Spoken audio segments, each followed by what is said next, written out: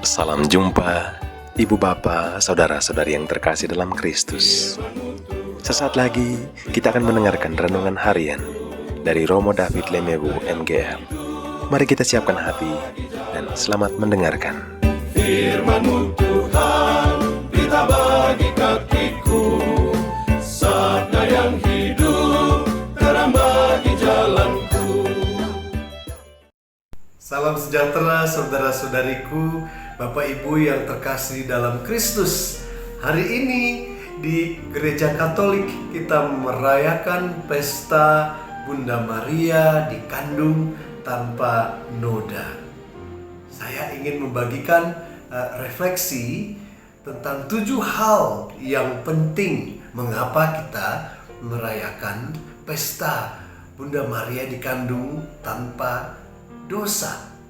Yang pertama adalah kadang-kadang orang suka salah mengerti bahwa yang dikandung tanpa dosa itu hanyalah Tuhan Yesus saja. Memang benar, Tuhan Yesus bukan hanya saja dikandung tanpa dosa, tapi dia dikandung tanpa ada intervensi manusia yang lain.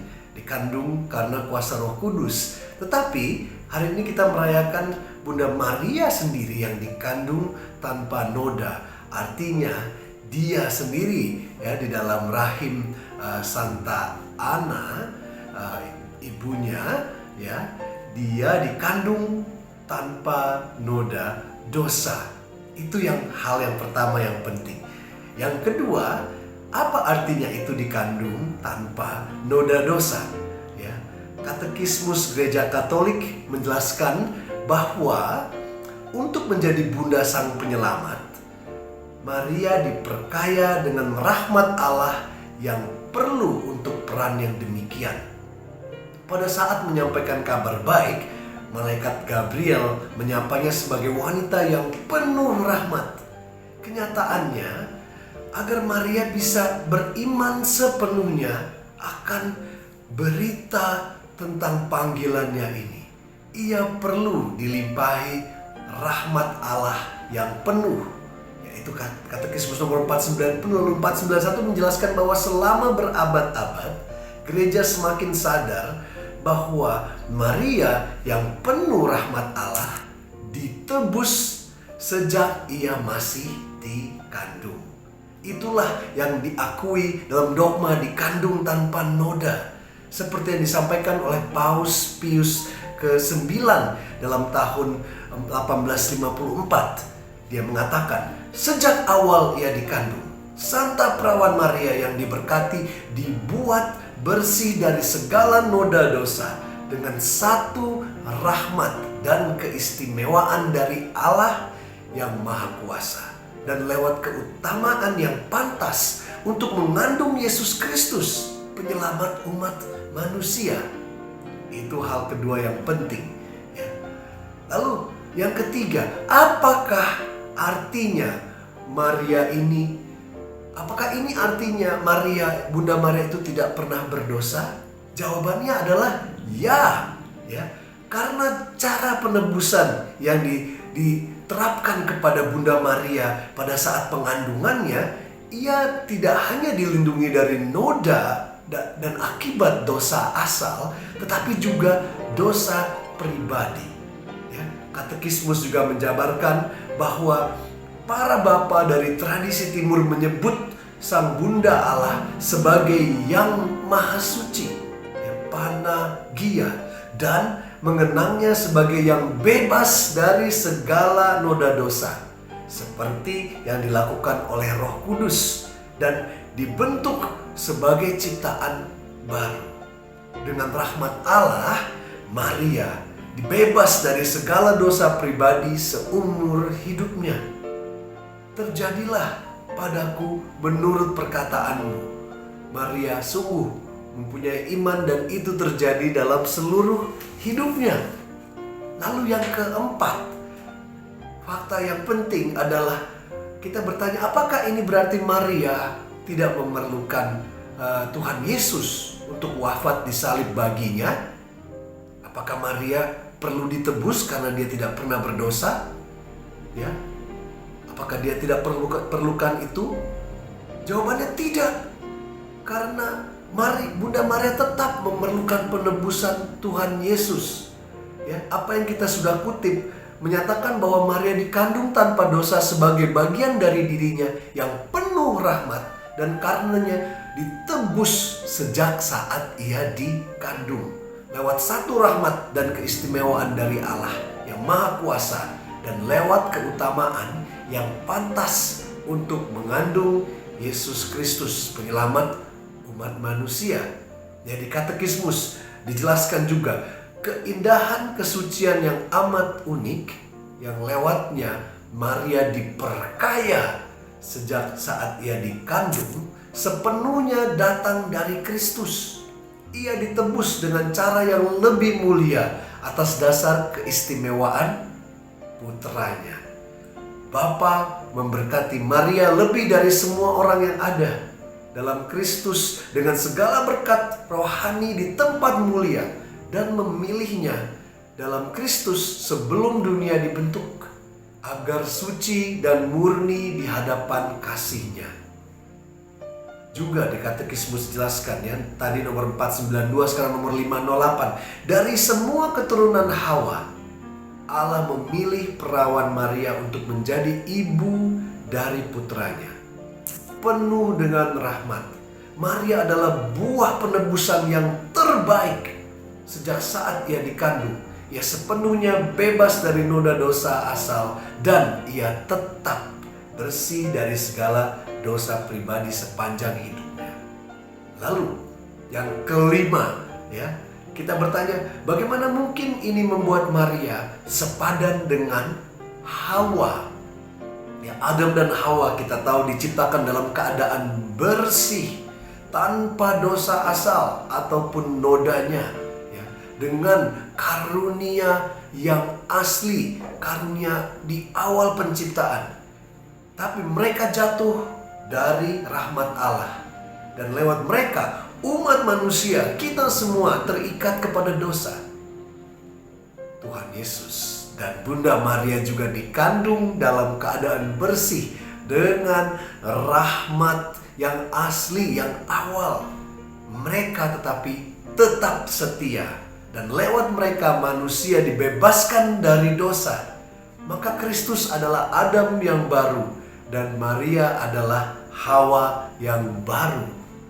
Di Katekismus ditulis bahwa seperti dikatakan Santo Irenaeus, dengan kepatuhannya ia menjadi sumber penebusan bagi dirinya dan bagi seluruh umat manusia. Maka tidak sedikit dari para bapak gereja awal yang menegaskan simpul, ya, pembangkangan dari Hawa diuraikan oleh ketaatan Maria. Apa yang diikat oleh perawan Hawa lewat ketidakpercayaannya, kedosaannya, dilepaskan oleh Maria dengan imannya. Dengan membandingkannya dengan Hawa, mereka menyebut Maria ibu segala yang hidup, dan seringkali mengatakan kematian datang lewat Hawa, tetapi kehidupan muncul lewat Maria. Lalu hal yang terpenting yang keenam, ya, kita bertanya, bagaimana ini membuat Maria sebagai simbol dari nasib kita sendiri, ya. Mereka yang mati dalam persahabatan dengan Allah dan menuju surga akan dibebaskan dari semua dosa dan nodanya. Maka kita semua akan dibersihkan, ya. Dalam bahasa Latinnya immaculatus, tidak bernoda, jika kita tetap percaya kepada Allah. Dalam kehidupan ini pun Allah membersihkan kita dan melatih kita dalam kesucian. Dan bila kita meninggal sebagai sahabat Allah namun tidak sepenuhnya bersih, Ia akan menyucikan kita dalam purgatorium atau api pencucian dan membersihkan kita dari noda dosa kita. Dengan memberikan rahmat ini kepada Maria sejak saat ia dikandung, Allah menunjukkan kepada kita suatu gambaran tentang nasib kita, ya, tentang bagaimana kita kelaknya. Ia menunjukkan bahwa dengan rahmatnya ini, hal itu kebersihan kesucian adalah mungkin. Paus Santo Yohanes Paulus II menulis bahwa dalam mengkontemplasikan misteri ini dari sudut pandang Maria, bisa kita katakan bahwa Maria di sisi anaknya adalah gambaran terbaik tentang kebebasan dan pembebasan umat manusia dan alam semesta. Kepada dialah gereja harus melihat sebagai ibu dan figur untuk bisa memahami makna misi putranya secara utuh. Maka kita pantas mengarahkan pandangan kita juga kepada Maria, simbol dan lambang gereja peziarah dalam sejarah yang sungguh luas dan panjang, namun berada dalam jalan menuju Yerusalem surgawi, di mana gereja akan bersinar sebagai mempelai anak domba Allah, Kristus Tuhan kita. Yang terakhir, yang ketujuh, perlukah Allah membuat Maria murni sejak ia dikandung sehingga ia menjadi ibu Yesus? Perlukah? Haruskah Allah membuat Maria itu murni? Jawabannya adalah tidak. Gereja hanya berbicara tentang dikandung tanpa noda sebagai sesuatu yang layak, bukan harus. Sesuatu yang membuat Bunda Maria tempat yang layak, sebagai tempat tinggal yang pantas bagi putra Allah, bukan sesuatu yang harus dan perlu. Maka dalam persiapan untuk menjelaskan dogma ini, Paus Pius ke-9 mengatakan bahwa mereka, para bapak gereja, menegaskan bahwa dengan rahmat Allah, perawan Maria sepenuhnya bersih dari segala noda dosa dan dari segala kerusakan tubuh, jiwa, dan pikiran. Ia selalu bersatu dengan Allah dan terikat kepadanya lewat suatu perjanjian abadi, bahwa ia tidak akan pernah berada dalam kegelapan, namun selalu dalam terang. Dan karenanya bahwa ia sepenuhnya adalah tempat yang layak bagi Kristus. Bukan karena keadaan badannya, namun karena rahmat yang asli yang diterimanya. Tentunya tidak cocok bahwa wadah yang dipilih ini untuk Kristus dilukai oleh cedera yang biasa, cedera karena dosa. Karena ia yang amat berbeda dari yang lainnya, hanya memiliki sifat yang sama dengan mereka kecuali dosa.